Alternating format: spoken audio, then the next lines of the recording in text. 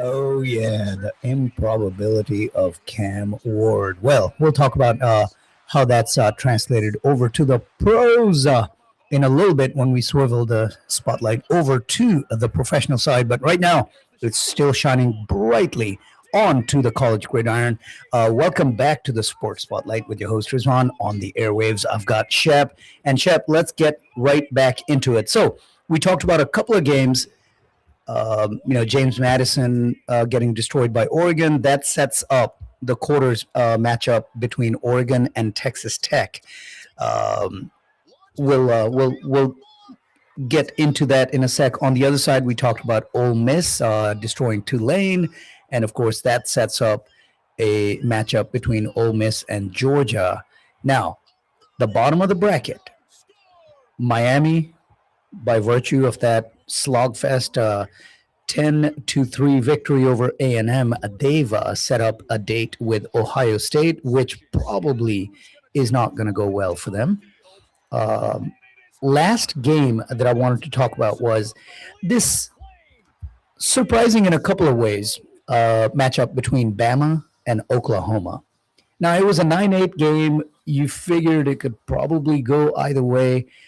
I felt going in that Bama was going to win, but not the way they ended up. They ended up winning 34-24. What did you see in this game from both of these teams?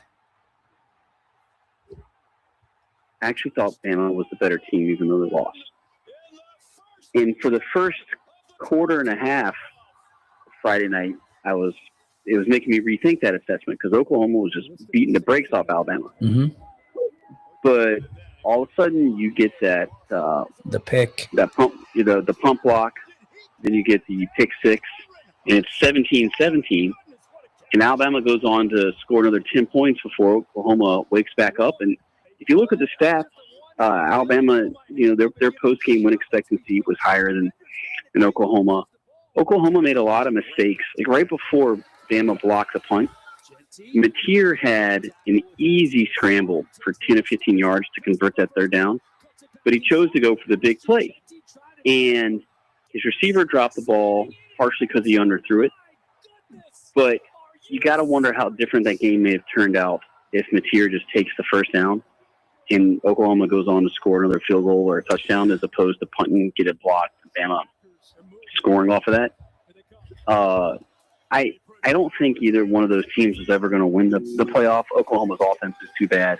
Bama can't run the ball, so it's got problems there. Bama, according to NFL scouts, will probably have more NFL talent when they play Indiana.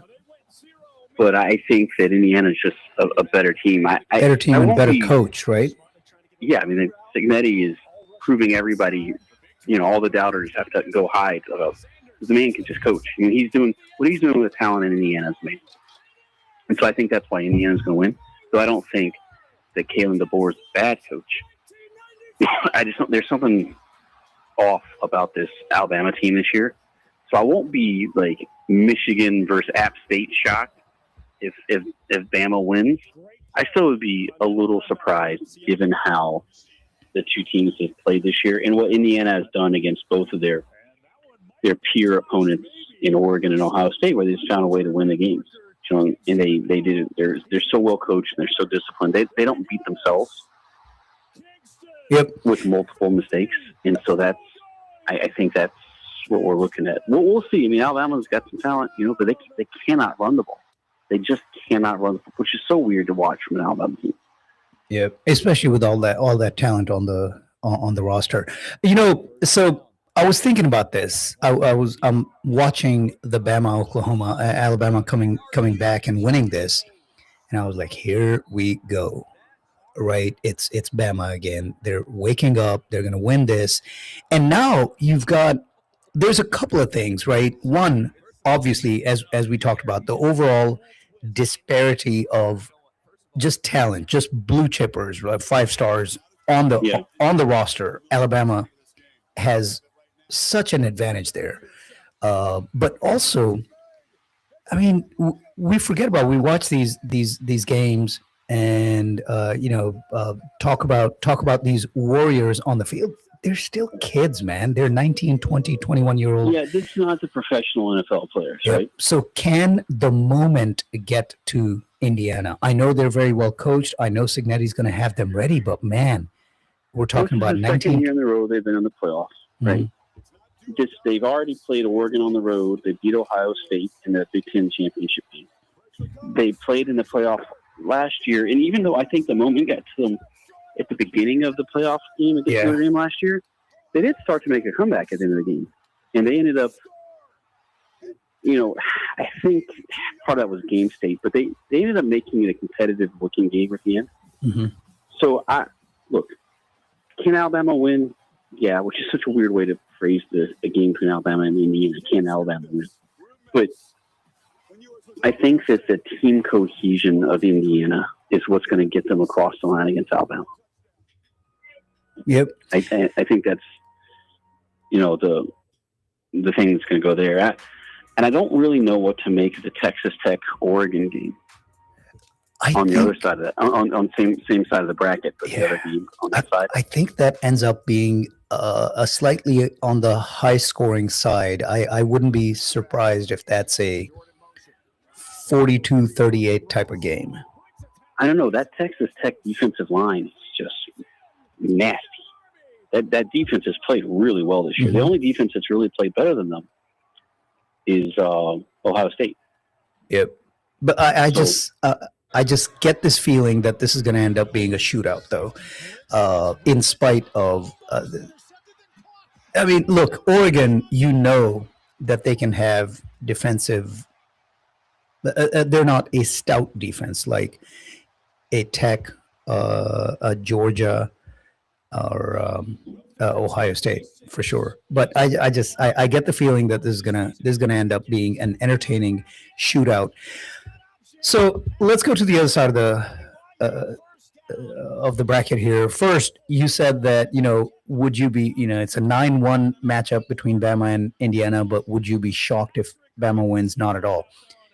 Would you be shocked if Miami somehow pulls off this upset? Of the slim to none. Here. But yeah, I would be shocked because while that Miami defense is pretty good, the Ohio State defense is better. And the Ohio State offense is better than the Miami offense. I don't trust Carson Beck to make plays against this Ohio State defense. Yeah. I really don't. Now, the Ohio State defense has not played a single competent offense all year with the exception of Indiana. But they did hold Indiana to 13 points, right? Yep. So there is that. Now, Miami's got more line talent than Indiana, but they're a really conservative offense. And I think that Cristobal is a good program runner. I think he does good on the talent development and acquisition side of the house. But I just don't think he's a good X's and O's coach. And luckily for him, he's playing another coach who's not a great X's and O's coach. But the problem is he's even better at program management than Cristobal is and Ryan Day. And so I see this as like a 24-10 or 28-10 type of victory for Ohio State. All right, last one, Ole Miss, Georgia. Do you see Ole Miss overcoming Georgia here at all? No. So the first game, Ole Miss scored their first 5 possessions, scored touchdowns, and then they got shut out in the fourth quarter. Mm-hmm. I don't think that Smart is going to have the same issues with this offense the first time around. The Georgia defense finally started to figure things out. Actually, in the fourth quarter of that game and then moving on, they played much better the rest of the season. And I think the Georgia offense is just going to lean on that rebel defense. They're going to run the ball. They're going to convert their downs. They're going to be a terrifyingly efficient machine. And they're going to beat Ole Miss by 2 to 3 touchdowns. I don't think Ole Miss has the athletes on the defensive side of the ball to stop Georgia enough. And I think Georgia, now that they've played that Ole Miss offense, is going to come out with some ideas about how to attack it. And Kirby Smart, I don't think he wasted any game prep already looking at Tulane. They will have had a full 3 weeks to prepare for the Rebel offense. Yep. and I think that it's just gonna go poorly for the Rebels. Yep. We'll see. I mean, look, we'll see how important Lane Kiffin's offensive line was to them, because they were going to beat Tulane regardless, right? But we'll see what happens when they have to kind of re-game plan against Georgia after Georgia had figured out how to stop them in the fourth quarter of their first game. And also, this, look, to be fair, Ole Miss, they've got a lot of talent, but they don't have Georgia talent. Exactly. Right. Yep. Looking at these 4 matchups, I think my highest confidence level goes with Georgia winning their game. Just below them would be Ohio State. And frankly, I think the Oregon, Texas Tech, as well as Bama, Indiana. Bama I'm probably giving them too much credit, just the pedigree, the history, all that. But to me, those are pick'em games. Maybe a slight advantage for Indiana just based off of what they've done this year. But the Oregon, Texas Tech, it's a true pick'em game for me. I think that, I don't know what the spread is. I mean, look, what's the spread on that game? It is, it's tight. It is a 1.5 point spread in Oregon's favor. That'll do. And that's essentially a close-up pick on a neutral field. That means any tipped ball. I really want to watch this game because I think has the potential to be the best game of the quarterfinals. Mm-hmm. And I don't know who's going to win. Texas Tech, they've played some good teams, but they haven't played any great teams this year. Oregon has played a great team in Indiana, and then for the rest of the schedule, right? Yep. I mean, who they beat? Who did they beat? They beat Iowa, which is a competent team. They beat USC, which is a good team. They beat Michigan. Washington. Did they play Michigan? No, they did not. Oh. And I don't know. I think we still don't know everything we need to know about both of these teams to make it. That's why we play, right? And I think it's going to be a good game. We'll see what happens. My instincts tell me Texas Tech is going to win somehow because of how good their defense has been. But let's just say I'm going to be tuned in to watch this game. All right. Well, we'll see. We'll see how that shakes out. Unfortunately, we're not going to be back next Sunday, but we'll be back the Sunday after that in 2026 to talk all about that. Hey, last thing on this, going back to the Ole Miss Georgia game. Did you hear Lane Kiffin, by virtue of that victory by Ole Miss? They got an extra $250,000. What the heck are we doing? We need to fix the coaching situation. It's just, and I know it probably bothers me because of, it probably bothers me because it's Lane Kiffin. But, what are we doing? He chose to leave and go elsewhere. Any of the contract he left behind should be null and void. No, I mean, LSU's paying him, not Ole Miss. That was part of the stipulation that he got from LSU was that he would get his in-season bonuses from the Rebels if they made them. Oh, okay. I missed that part. Yeah, so it's okay. It's his new employer paying him for Ole Miss's success, which I find bizarre. But hey, Jimmy Sexton is undefeated in his negotiations against the athletic director. Okay, well that's interesting. I did not know that. I thought I saw the blurb come through, and I was like, why is Ole Miss still obligated to pay this? Okay, yeah, that's part of his negotiations. That's, hey, I've got this bonus coming my way. I know I'm going to get it. You want me? I want this from you. So, okay, all right, I stand corrected.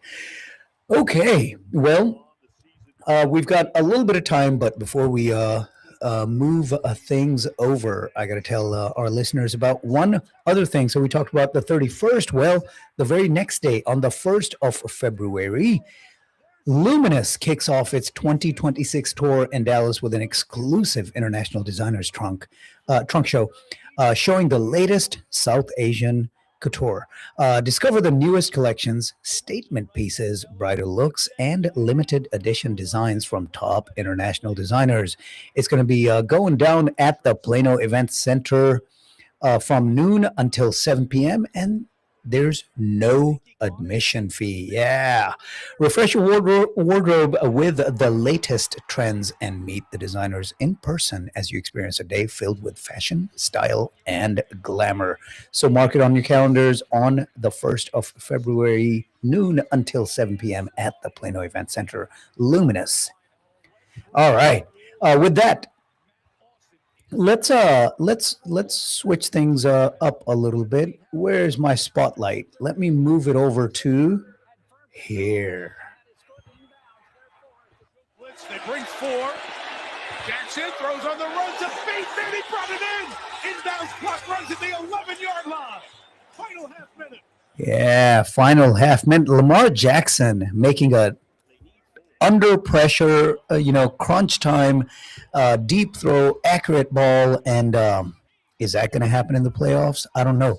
Are they going to make it to the playoffs? I don't know. Well, that is a good question because we don't know yet. Yep. I mean, it's insane where we are in the NFL season here. And is there a professional sports league? Let's take college out of the equation. Is there a professional sport league where things can change so dramatically in such a short amount of time? I mean, there's 17 games, and we got 3 weekends left. Yep. And what was the narrative as little as 5 weeks ago? The Colts were the best team. They were, the wheels have fallen off there, right? The wheels have completely fallen off. And, we talked about Jonathan Taylor a few weeks back, what a monster he was. And, it just signifies what an absolute, and I think you've talked about it quite a bit. There's a collection of talent on every single one of these teams in the NFL, right? I mean, and what matters is the actual team dependency, right? You have to be a complete team for everyone to be clicking and everyone to be, an individual can only do so much. And that's what I see out of this whole, Jonathan Taylor would look like he was going to run away. He was on pace to score 34 touchdowns and 2,000 plus yards as little as 5 weeks ago. But that's because Danny Dimes was dealing, right? Yeah. And then he tails off a little bit, then he gets hurt, and now Jonathan Taylor is not looking like the monster that he was. Well, because the teams are loading the box against him. Yeah, because they don't think that they can throw. And Phillip Rivers, while that's a nice story, he's not going to stretch the defense at this point in time in his career, which was over a few years ago, and now it's not. 4 years after the initial retirement, old man Phillip, old man Rivers, is back, 44 years old, and almost carried them to a victory. And look, and this is how thin the margins are, right? Because if they win, if Seattle does not make a last-second, 30-second drive to hit the winning field goal to win 18-16, we're talking about one Phillip Rivers coming back and winning a game, and then sort of righting the ship for this Colts team that was teetering after Daniel Jones' injury, right? Yep, absolutely. I think that the Colts coaching staff has done a good job this year. When you don't have a quarterback, though, because Jones had gotten hurt before he got hurt, and I think that threw his game off. Yeah. And obviously he has this season-ending injury. In the NFL, if you're playing a backup quarterback, and Jones kind of sort of was a backup quarterback already, I think in a way they picked him up to compete with Richardson. So when you have two quarterbacks going the season to compete for the starting job, you do really have a quarterback. And Jones played really well. Mm-hmm. But you've already kind of used your depth there, right? So when that guy who wins the job gets hurt and you don't trust Richardson at all, which apparently the Colts don't. You have to pick up somebody who's been retired for 4 years. That really something. spells doom for the rest of your season, right? Like, even if Kansas City had not been already eliminated, they would be done because they don't have Patrick Mahomes anymore. Yep. So, I mean, is there any team out there that can, at this point in the season, survive the loss of their starter and still be a Super Bowl contender? I mean, at this point, I can't think of one. Maybe Seattle, but even they. I mean, look, Darnold. The only one I would say is the Bears, because they're running the ball so well. Yeah. And Williams has not been as bad as I thought he was going to be this year. I got to give him credit for being better. He's still not lighting the world on fire. And we'll see. But and that's a maybe though. Like, who's going to come Texans.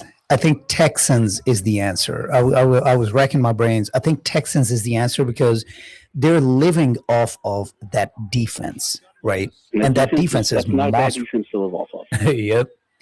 And we saw, right? Stroud missed 2 or 3 games, and they won with Mills, right? Mills came in and did well. So I think the luster has worn off of C.J. Stroud's rookie year, and at this point, he's just a guy, right? But hey, with that defense, maybe that's all you need. But yeah, I think that's the team that I'm thinking about losing. That defense is so good that maybe just. But what's the drop off between Stroud and the backup? Yeah, I don't think it's that much. I mean, Mills came in, he played 3 games, and they went 2-1, if I remember correctly. Yeah. So maybe one team can still do it because they're a completely defense dominated team. Yeah. But nobody else. I mean, even the Steelers losing the 41-year-old Rodgers. Aaron Rodgers. They can't. He needs to throw to DK Metcalf a little more than he has been recently, sir. Don't get me started on fantasy football, man. Fantasy football is so tough. We'll get to that in a second. So let's talk about this Steelers and the Ravens. The Ravens appeared to wake up last week. I was shocked that they held the Bengals to 0 points. They shut out Bengals in Cincinnati. They really well. A good offense team, but a horrible defensive team, and they just beat the tar. Yep. So now they're a game behind the Steelers, and one of these teams is probably winning the division with, we talked about it last week, with a 9-8 or possibly an 8-9 record. How do you see this shaken out? I mean, the Ravens defense really kind of woke up last week. I don't know if this was a mirage or if this is going to continue. The Steelers offense kind of woke up last week with their, what was it, 28-15. But, I mean, Miami had been playing pretty good football the last 3 or 4 weeks. Yeah, they basically ran a 3 tight end offense, 1 wide receiver. And they ran the ball and got some good matches with their tight ends. Yeah, and they overpowered Miami, which has been playing better than they were at the beginning of the season. They got some personnel problems, especially at quarterback. I think Tua is probably done. I don't know how they move on from him because of the contract. But I mean, they just benched him for the rest of the season. Yeah, the Ravens are playing the Patriots tonight. I think the Patriots win that game, even though it's in the Ravens stadium. Mm-hmm. And so if they win and Pittsburgh manages to beat the Lions, I think Pittsburgh's going to be still at least 1 game up. Yeah, even if because they're both going to lose. They both have a strong chance. The Lions will beat the Steelers. Yeah, we'll see. But I think that the Steelers will beat the Browns, and there's something weird about this Ravens team this year beyond just injuries. I think Lamar has lost a step, right? I mean, he's not he's not he's not the threat that he had been in years past with his legs. But I think that they're going to lose another game against the Packers because they're playing at Green Bay in a game that Green Bay really needs to win. Yep. So I think it's possible the Ravens lose 2 of their next 3. The Steelers. I think you're going to have the Steelers win the division. I think that they're a better team, and they play the Ravens the last game of the season. And I just think the Steelers are a better team, and they're going to go one and done in the playoffs again. Yep. I don't know. Where does that leave Mike Tomlin? A Super Bowl winner out of that division. For sure.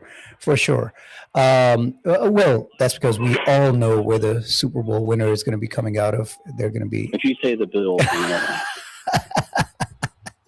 all right. Well, I won't say it just yet, but we're going to talk about it when we come back after this last break right here on the Sports Spotlight. We'll be back. This is a short one. In about 3 minutes, we're going to be back, and we're going to talk more professional football and all the playoff picture that is starting to take shape but hasn't quite solidified yet. You're listening to the Sports Spotlight right here on Radio Azad. You are listening to Radio Azad, where your voice matters. Entertain, inform, inspire. Download the free Radio Azad app on the App Store or Google Play to listen worldwide. When you educate an orphan like Hamza, you are giving her the tools that she needs to build a brighter future. Islamic relief staff are local, raised in the communities they serve, so they understand how to use your donations as effectively as possible. Give the gift of education to a child like Hamza. Be the relief for orphans. Donate today at irusa.org or call 1-855-447-1001. Kind Home Loans is your Dallas mortgage lending partner. Big news, rates are down. Now's the time to refinance and lock in savings before the market shifts again.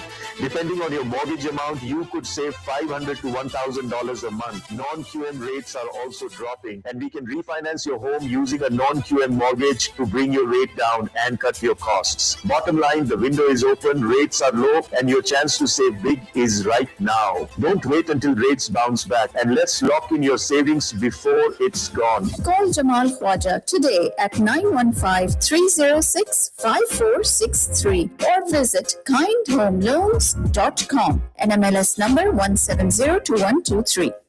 Think you can handle the heat? Come to the port of Peri Peri and prove it. Warning, side effects may include an uncontrollable craving for flame grilled chicken and occasional tears of joy.